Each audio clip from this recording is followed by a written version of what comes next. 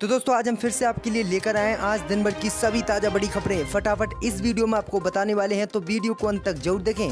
अगर आप भी चाहते हैं कि तबलीगी जमात पर मीडिया द्वारा लगाए गए आरोप झूठे हैं तो हमारी वीडियो को लाइक करके अपना समर्थन जरूर दर्ज करें।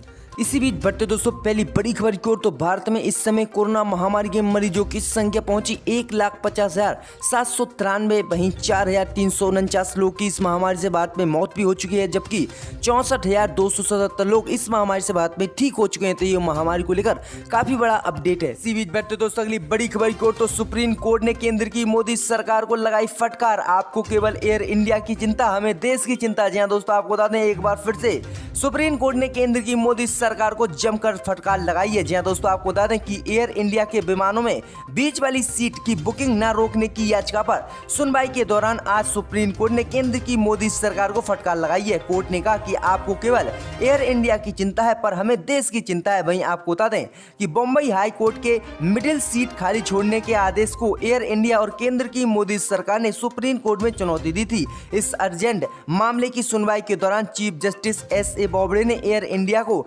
निर्देश दिए हैं कि वह अगले 10 दिनों तक नॉन शेड्यूल विदेशी उड़ानों के लिए मिडिल सीट बुक कर सकती है। और आगे सुप्रीम कोर्ट ने कहा कि जब केंद्र की मोदी सरकार 1 गज और प्रधानमंत्री मोदी 1 गज का फासले के लिए कहते हैं, सोशल डिस्टेंसिंग बनाए रखने के लिए कहते हैं, तो ये पूरे देश में लागू है, तो ये विमान में भी लागू होना चाहिए। वहीं इसी मामले को लेकर सुप्रीम कोर्ट ने केंद्र की मोदी सरकार को फटकार लगाई और कहा कि आपको केवल एयर इंडिया की चिंता है, आपको अपने लोग की सेहत की चिंता होनी चाहिए, हमें लोग की चिंता है, देश की चिंता है, हमें एयर इंडिया की चिंता नहीं है। तो ये काफी बड़ा हमला बोला है सुप्रीम कोर्ट ने केंद्र की मोदी सरकार को और फटकार लगाते हुए कहा कि आपको जो है विमान में भी सोशल डिस्टेंसिंग बनाए रखनी होगी और बीच वाली सीट को खाली रखना होगा, जिससे कि सोशल डिस्टेंसिंग 1 मीटर की दूरी बनी रहे। तो ये काफी बड़ा झटका लगा है आज सुप्रीम कोर्ट से। इसी बीच बैठते दोस्तों अगली बड़ी खबर की ओर, तो महाराष्ट्र में गिर सकती है उद्धव ठाकरे सरकार, राहुल गांधी बोले सरकार के फैसले में कांग्रेस की कोई भूमिका नहीं। जहां दोस्तों आपको बता दें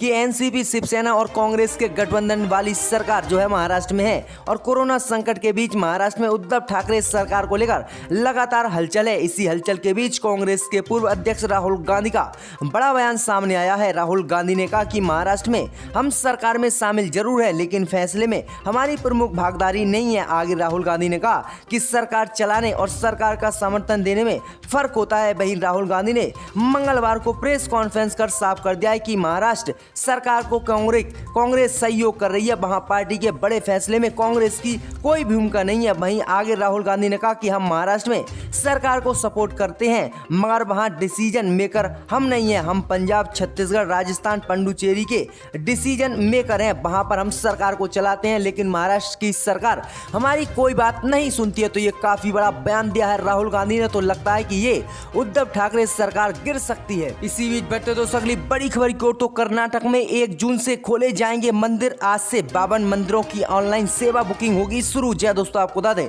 ये काफी बड़ी खबर सामने निकल कर आ रही है कि कर्नाटक में 1 जून से जो है बीजेपी सरकार मंदिरों के कपाट खोलने जा रही है। इसके लिए 31 मई तक इंतजाम भी कर लिए गए हैं बीजेपी की तरफ से। वहीं आपको बता दें कि आज से 52 मंदिरों की ऑनलाइन सेवा बुकिंग भी शुरू हो गई है कर्नाटक में। कर्नाटक की बीजेपी सरकार ने यह कदम ऐसे समय में उठाया है जब लॉकडाउन के चलते देश भर में 2 महीने से धार्मिक और राजनीतिक आयोजन पर पूरी तरह से रोक लगी हुई है। मंगलवार को बीजेपी के मुख्यमंत्री V.S. येदियुरप्पा से मुलाकात के बाद प्रदेश के धार्मिक मामलों के मंत्री कोटा श्रीनिवास ने यह ऐलान किया है। तो ये काफी बड़ी जानकारी आ रही है कि लॉकडाउन 5 में कर्नाटक में 1 जून से सभी मंदिर खोले जाएंगे।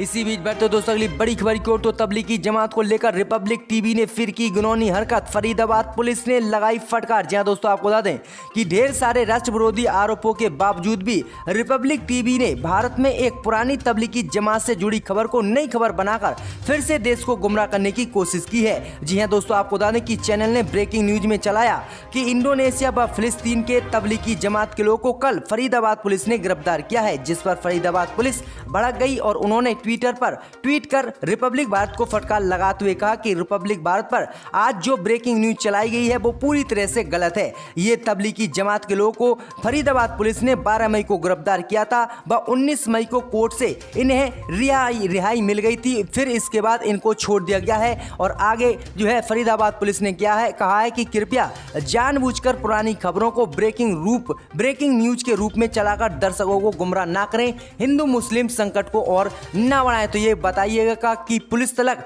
स्पष्टीकरण दे रही है, लेकिन ये मीडिया किस तरह से मुसलमानों को टारगेट और तबलीगी जमात को टारगेट अब भी कर रही है। इसी बीच बढ़ते दोस्तों अगली बड़ी खबर की ओर, तो WHO से मोदी सरकार को बड़ा झटका। भारत की हाइड्रोक्लोरोक्विन दवा पर लगाई WHO ने रोक। जहां दोस्तों आपको बता दें कि मोदी सरकार को विश्व स्वास्थ्य संगठन WHO से बड़ा झटका लगा है। WHO ने कल ही भारत की हाइड्रोक्लोरोक्विन दवा पर रोक लगा दी है। जहां दोस्तों आपको बता दें कि इस दवा का उपयोग मलेरिया के मरीजों को ठीक करने में किया जाता है, लेकिन इस समय इस दवा का उपयोग कोरोना वायरस के मरीजों को ठीक करने में किया जा रहा है। लेकिन इसी को लेकर अब जो है चीन से सांठगांठ के आरोपों के बाद WHO ने मोदी सरकार को कड़ा झटका दिया है और कहा है कि अब आप इस दवा का जो है उपयोग कोरोना वायरस के मरीजों के इलाज के लिए नहीं कर सकते। तो इस पर जो है WHO ने रोक लगा दी है, जबकि भारत सरकार लगातार इस दवा का और पूरे देश में इस दवा का ट्रायल हो रहा है और इस दवा का उपयोग कोरोना वायरस के मरीजों को ठीक करने में किया जा रहा है और इस दवा से कोरोना वायरस के मरीज भी ठीक हो रहे हैं, क्योंकि अभी तक कोरोना महामारी की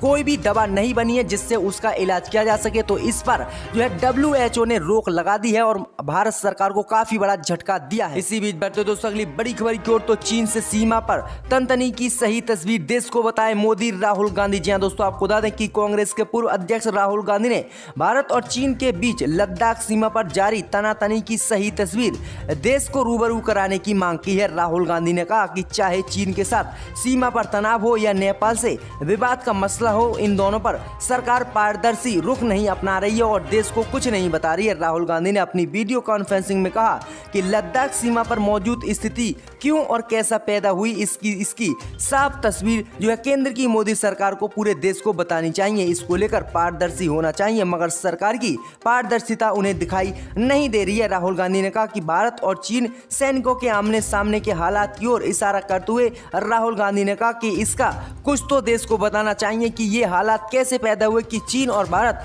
युद्ध करने के लिए आमने सामने आ गए हैं। तो ये काफी बड़ी मांग की है मोदी से राहुल गांधी ने। इसी बीच बढ़ते दोस्तों अगली बड़ी खबर की ओर, तो लॉकडाउन को लेकर मोदी सरकार ने मानी हार। मोदी सरकार के केंद्रीय मंत्री नरेंद्र सिंह तोमर ने कहा कि आर्थिक गतिविधियां लंबे समय तक बंद नहीं रख सकते। जी दोस्तों आपको बता दें कि केंद्रीय कृषि व ग्रामीण विकास मंत्री नरेंद्र सिंह तोमर ने कहा कि कोरोना के डर से हमेशा घरों में नहीं रहा जा सकता। आर्थिक गतिविधियां लंबे समय तक बंद नहीं की जा सकती, इससे बुरे प्रभाव पड़ते हैं। धीरे धीरे सभी गतिविधियों को शुरू किया जा रहा है। केंद्रीय मंत्री ने लॉकडाउन 4 के बाद जनजीवन सामान्य होने के संकेत दिए हैं। उन्होंने कहा कि उद्योग कारखानों को धीरे धीरे चालू किया जाएगा, बहुत जल्द परिवहन सेवा भी पटरी पर आ जाएगी। तोमर ने मध्य प्रदेश के श्यामपुर में समाज सेवी सफाई कर्मियों के सम्मान में समारोह में ये बात कही है। तो उन्होंने साफ कह दिया कि मोदी सरकार अब लॉकडाउन को लेकर पूरी तरह से हार गई है और उसने अपनी हार मान ली है और अब हमें जो है किसी भी तरह का लॉकडाउन नहीं लगाना होगा और हम पूरी तरह से लॉकडाउन को